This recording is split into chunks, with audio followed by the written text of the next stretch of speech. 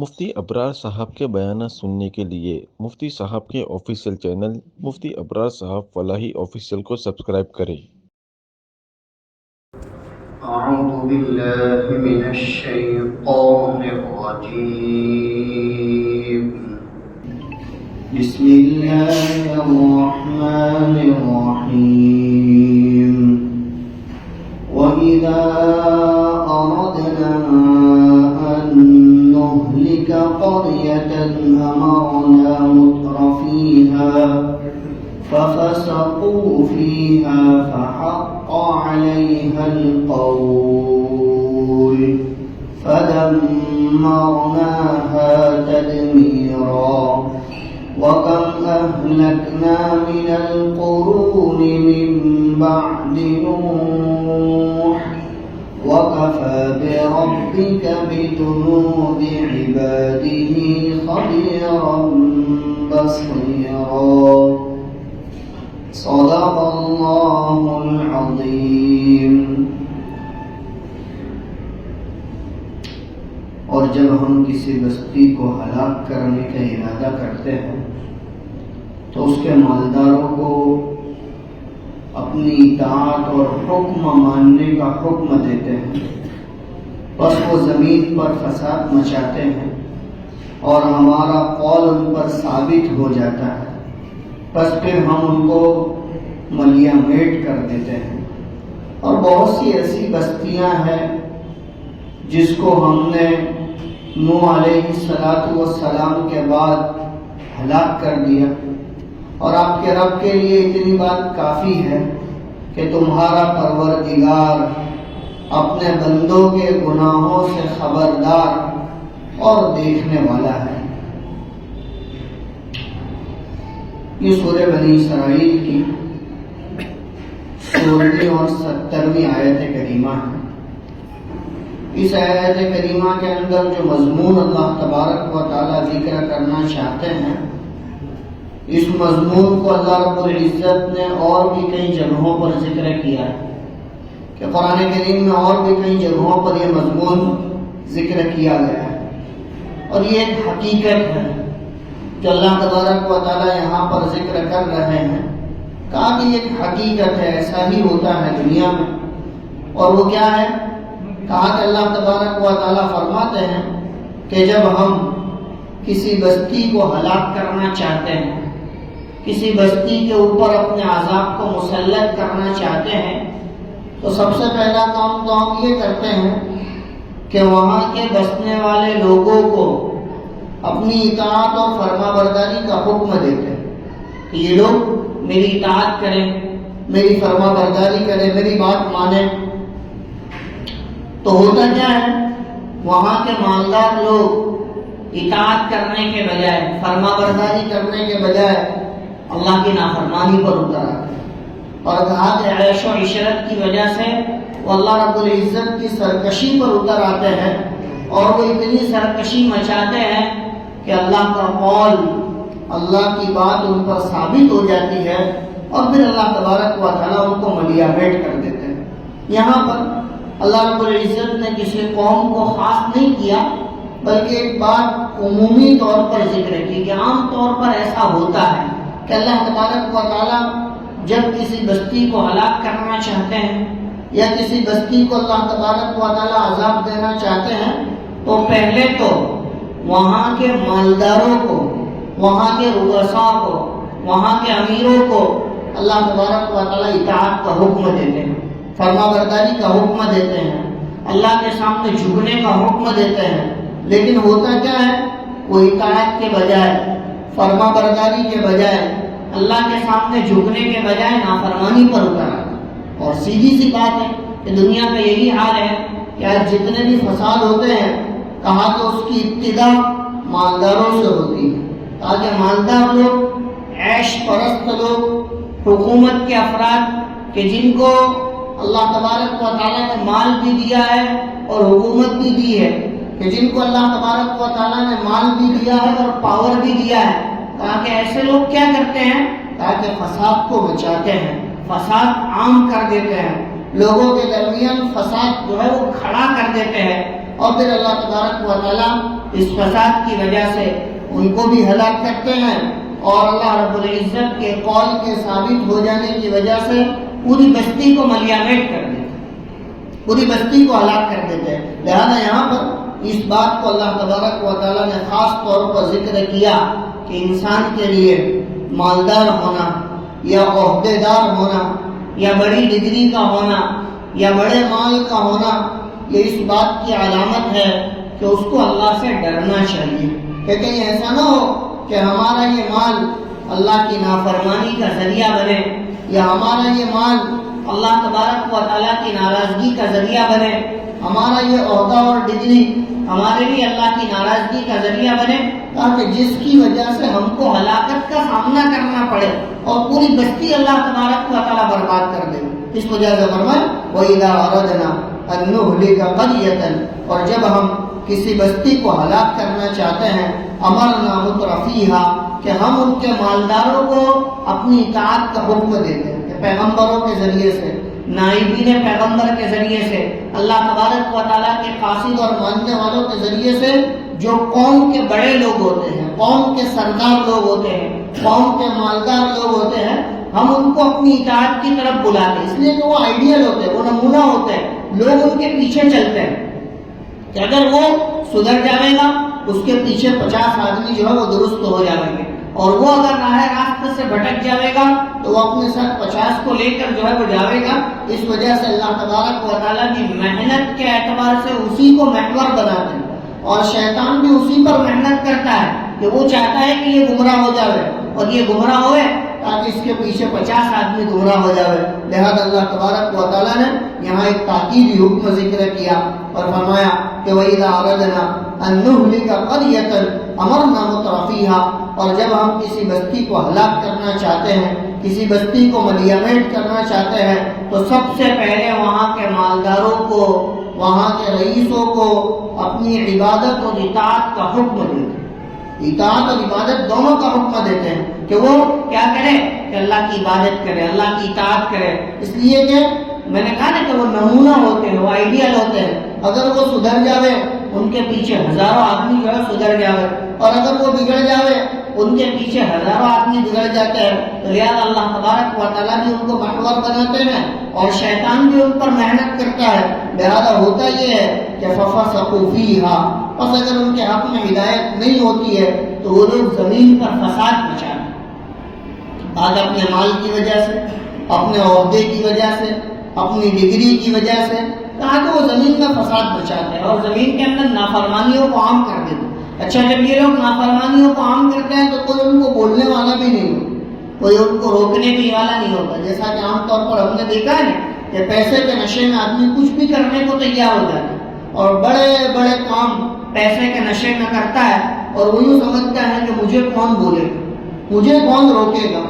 کس کے اندر طاقت ہے کہ وہ مجھے بول سکے اور کس کے اندر طاقت ہے کہ وہ مجھے روک سکے۔ کہا کہ یہ انسان کا سب سے بڑا جو ہے وہ خسارہ ہوتا ہے کہ وہ اللہ تبارک و تعالیٰ کو بھول کر بات کرتا ہے۔ کہا کہ دنیا میں اللہ نے مال دیا ہے، اس وجہ سے نہیں دیا ہے کہ اس مال کے ذریعے سے اللہ کی نافرمانی کی، اسی لیے حدیث پاک کے اندر آتا ہے کہ قیامت کے دن آدمی سے اللہ تبارک و تعالیٰ 5 چیزوں کے بارے میں سوال کرے گا، اور جب تک ان 5 چیزوں کا معقول جواب نہ دے دیا جائے وہاں تک اس کا پیر اپنی جگہ سے نہیں ہل سکتا۔ میدان حشر میں اس کا پیر اپنی جگہ سے ہلے گا نہیں جب تک کہ وہ 5 چیزوں کا معقول جواب نہ دے دے۔ اس میں سے ایک ہے کہ من این اکتسبہ وفیما انفقہ، کہ مال کہاں سے کمایا تھا اور کہاں خرچ کیا، دونوں کے بارے میں پوچھا جائے۔ اللہ تبارک و تعالیٰ دونوں کے بارے میں پوچھے گا، یعنی کمانے کا راستہ بھی حلال تھا اور جو ہے وہ خرچ کرنے کا راستہ بھی حلال تھا، تاکہ دونوں چیزیں جو ہے وہ حلال ہو تو تمہارے لیے مال خیر ہے، ورنہ یہ مال انسان کے لیے قیامت کے دن خسارہ ہے، تاکہ اس کو نقصان بتلائے۔ حضرت عبد الرحمن بن عوف رضی اللہ تعالیٰ عنہ مالدار صحابہ میں، اللہ تبارک و تعالیٰ نے ان کو بہت مال دیا تھا، اتنا مال کہ اللہ رب العزت نے ان کو ایسے باغات عطا فرمائے تھے کہ ایک باغ کو پانی پلانے کے لیے روزانہ 30 اونٹ لگانے پڑتے ہیں، اتنا بڑا باغ کہ ایک باپ کو پانی پلانے کے لیے 30 اونٹ لگانے پڑے. ایسے تو ان کے کئی باپ تھے جو اللہ تبارک و تعالیٰ نے ان کو عطا فرمائے تھے، لیکن نبی پاک صلی اللہ علیہ وسلم عبد الرحمن ابن عوف رضی اللہ تعالیٰ عنہ سے یوں کہتے ہیں کہ عبد الرحمن، مجھے تو ایسا لگا کہ تم قیامت کے دن اپنے مال کی وجہ سے کہیں ہلاک نہ ہو جاؤ. مجھے ایسا لگتا ہے کہ تم قیامت میں اپنے مال کی وجہ سے ہلاک نہ ہو جاؤ، اللہ تبارک و تعالیٰ تم کو ہلاک نہ کر دے، تاکہ اللہ رب العزت نے یہ مال اس وجہ سے دیا ہے کہ تم اللہ کے راستے میں اسے خرچ کرو. لہذا نبی پاک صلی اللہ علیہ وسلم سے حضرت عبد الرحمن ابن عوف نے ایک مرتبہ یوں کہا کہ حضور آپ اگر حکم دو تو میں اپنا سارا مال اللہ کے راستے میں صدقہ کروں. آپ حکم دو، سارا مال میں اللہ کے نام پر صدقہ کر دو. اللہ کے نبی صلی اللہ علیہ وسلم نے فرمایا کہ نہیں، سارا مال تو مت دو، کہا کہ کچھ مال دو اور کچھ اپنے پاس رکھو، اور جب ضرورت پیش آئے تو کہا کہ اللہ کے راستے میں خرچ کرتے رہا کرو، تاکہ یہ مال تمہارے لیے آخرت میں نجات کا ذریعہ بنے گا. تو لہذا اللہ رب العزت انسان کو مال آزمائش کے لیے دیتے ہیں. یہ مال اس وجہ سے نہیں دیا جاتا ہے کہ وہ فرما بردار ہے. دنیا کے اندر اللہ تبارک و تعالیٰ کا دستور کچھ الگ ہے. اللہ رب العزت اپنے فرما برداروں کو مال کم دیتے ہیں اور اپنے فرما برداروں کو اللہ تبارک و تعالیٰ اطاعت کی توفیق زیادہ دیتے ہیں، کہ سجدوں کی توفیق زیادہ دیتے ہیں. اللہ رب العزت کی ذکر کی توفیق زیادہ دیتے ہیں تاکہ ان کو مال کم دیا جاتا ہے، اور جو اللہ کے نافرمان ہوتے ہیں تاکہ ان کو مال بھی اللہ تبارک و تعالیٰ زیادہ عطا فرماتے ہیں اور ان کو چھوٹ چھاٹ بھی زیادہ عطا فرماتے ہیں، تاکہ چھوٹ بھی زیادہ ہے. لہذا وہ جتنا مالدار ہوگا اتنا اللہ کی نافرمانی میں اپنے پیسے کو خرچ کرے گا. غریب آدمی ہوگا، متوسط ہوگا، تو وہ کہاں کے خرچ کرنے میں گھبرائے گا، خرچ کرنے میں ہچکچائے گا، اللہ کی نافرمانی میں خرچ کرنے سے ڈرے گا. اور جب اللہ اس کو مال دیتے ہیں تو مال کی وجہ سے تاکہ وہ خرچ بھی خوب کرتا ہے، اللہ کی نافرمانیوں میں خرچ کرتا ہے. اسی وجہ سے حضرت جی مولانا یوسف صاحب رحمۃ اللہ علیہ فرمایا کرتے تھے کہ جب امت کا مال خیر کی جگہ پر لگے گا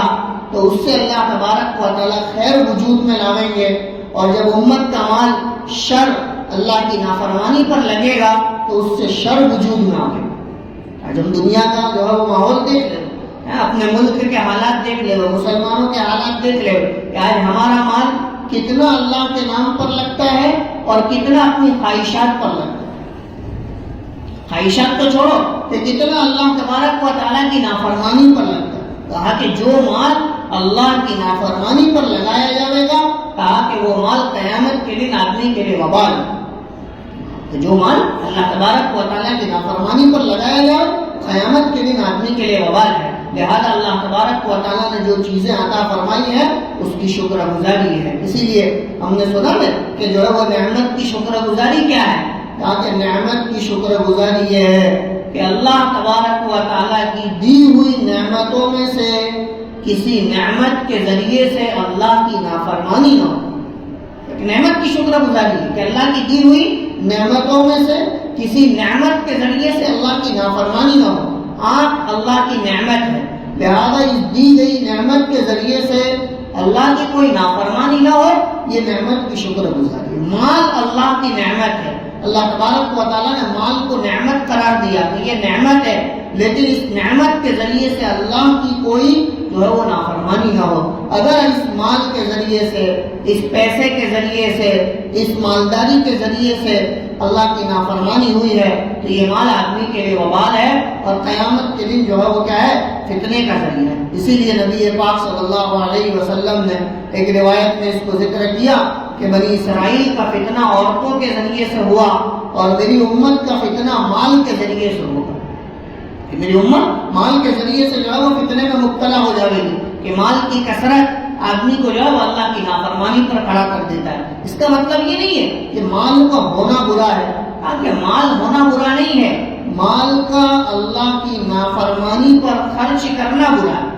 آدمی کے پاس مال ہے لیکن اللہ کی فرما برداری پر خرچ کرتا ہے، اللہ کی اطاعت پر خرچ کرتا ہے، اللہ کے نام پر بھر بھر کر دیتا ہے، جو موقع آتا ہے اللہ کے نام پر خرچ کرتا ہے، تو تاکہ یہ مال اس کی نافرمانی ہے. اور اگر اس مال کی وجہ سے اللہ کے حکم کو توڑ رہا ہے، کہا کہ جو ہے وہ اللہ نے مال دیا ہے اور مال آ رہا ہے، لیکن اس مال کی وجہ سے اللہ کے فریضے چھوٹ گئے ہیں، زندگیوں سے نمازیں نکل رہی ہے، زندگیوں سے اللہ کے احکامات نکل رہے، اتنا بھی وقت نہیں ملتا کہ اللہ کو یاد کر سکے، اللہ کا ذکر کر سکے، اللہ کے سامنے دو چار آنسو بہا سکے، تو پھر یہ مال آدمی کے لیے گرفت کا ذریعہ،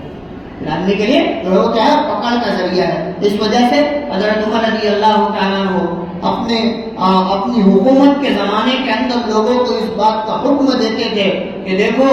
یہ تجارت اللہ تبارک و تعالیٰ کی طرف سے حلال کمائی کا ایک ذریعہ ہے، لیکن ایسا نہ ہو کہ اس کی وجہ سے تم اپنے آپ کو خسارے میں ڈال دو، یعنی اس تجارت میں مشغول ہو کر اللہ کے حکموں کو توڑنے لگو، اللہ کی نافرمانی کرنے لگو، تاکہ اپنی تجارت میں جھوٹی قسمیں کھانے لگو، لوگوں کو دھوکہ دینے لگو، تو کہا کہ پھر یہ تجارت تمہارے لیے وبال۔ لہذا یہاں پر اللہ تبارک و تعالیٰ فرماتے ہیں کہ وَإِذَا أَرَدْنَا أَن نُهْلِكَ قَرْيَةً أَمَرْنَا مُتْرَفِيهَا، اور جب ہم کسی بستی کو ہلاک کرنے کا ارادہ کرتے ہیں تو وہاں کے مالداروں کو اپنی اطاعت کا حکم دیتے ہیں، یعنی اللہ تبارک و تعالیٰ سب سے پہلے مالداروں کو اس بات کا حکم دیتے ہیں کہ وہ اللہ کی اطاعت کریں، لیکن مال کی سرکشی یہ ہوتی ہے، مال کی طغیانی یہ ہوتی ہے کہ وہ عبادت پر کھڑا ہونے کی جگہ اللہ کی نافرمانی پر کھڑا ہو، اللہ تبارک و تعالیٰ کی جو ہے وہ ناراضگی پر کھڑا ہو جاتا ہے۔ پھر جب ایسے لوگ ہو جاتے ہیں کھڑے اور وہ زمین پر فساد مچاتے ہیں، جیسا کہ اللہ تبارک و تعالیٰ فرماتے ہیں فَفَسَقُوا فِيهَا، پس وہ زمین پر فساد مچاتے ہیں، فَحَقَّ عَلَيْهَا الْقَوْلُ، پس ہمارا قول ان پر ثابت ہو جاتا ہے، یعنی ہم جو کام کرنا چاہتے تھے ان کو مہلت دی تو وہ مہلت دینے کی وجہ سے انہوں نے اللہ کی نافرمانی کی، فَدَمَّرْنَاهَا تَدْمِيرًا، پھر ہم ان کو بالکل ملیامیٹ کر دیتے، پھر ہم ان کو ملیامیٹ کرتے تھے۔ آیت کریمہ سے بظاہر یہ معلوم ہوتا ہے کہ پہلے اللہ خود مان دیتے ہیں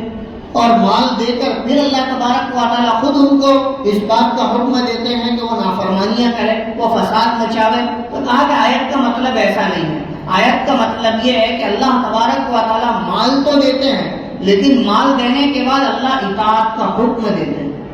کہ مال دینے کے بعد اطاعت کا حکم دے، جیسے ایمان لینے کے بعد اللہ اطاعت کا حکم دیتے کہ ایمان لانے کے بعد کیا کرو، کہا کہ ایمان لانے کے بعد اللہ کے حکموں پر اپنے آپ کو کھڑا کرو۔ تو کہا کہ مال دینے کے بعد بھی اللہ اطاعت کا حکم دیتے ہیں، لیکن مال کی سرکشی یہ ہوتی ہے، اس کی طغیانی یہ ہوتی ہے کہ مال کے آنے کے بعد آدمی اللہ کے احکام پر کھڑے ہونے کے بجائے اللہ کی نافرمانی پر کھڑا ہو،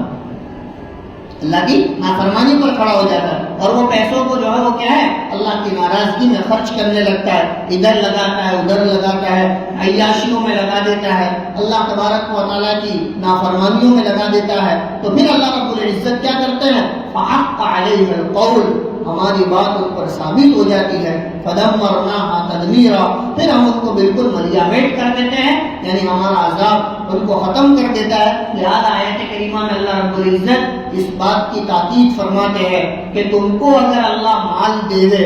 اور مال دینے کے بعد اپنی اطاعت کا حکم دے دے تو تمہاری ذمہ داری بنتی ہے کہ تم اس مال کے ذریعے سے اللہ کی اطاعت پر اپنے آپ کو کھڑا کرو اور اس مال کے ذریعے سے نافرمانی پر کھڑے نہ ہو جاؤ،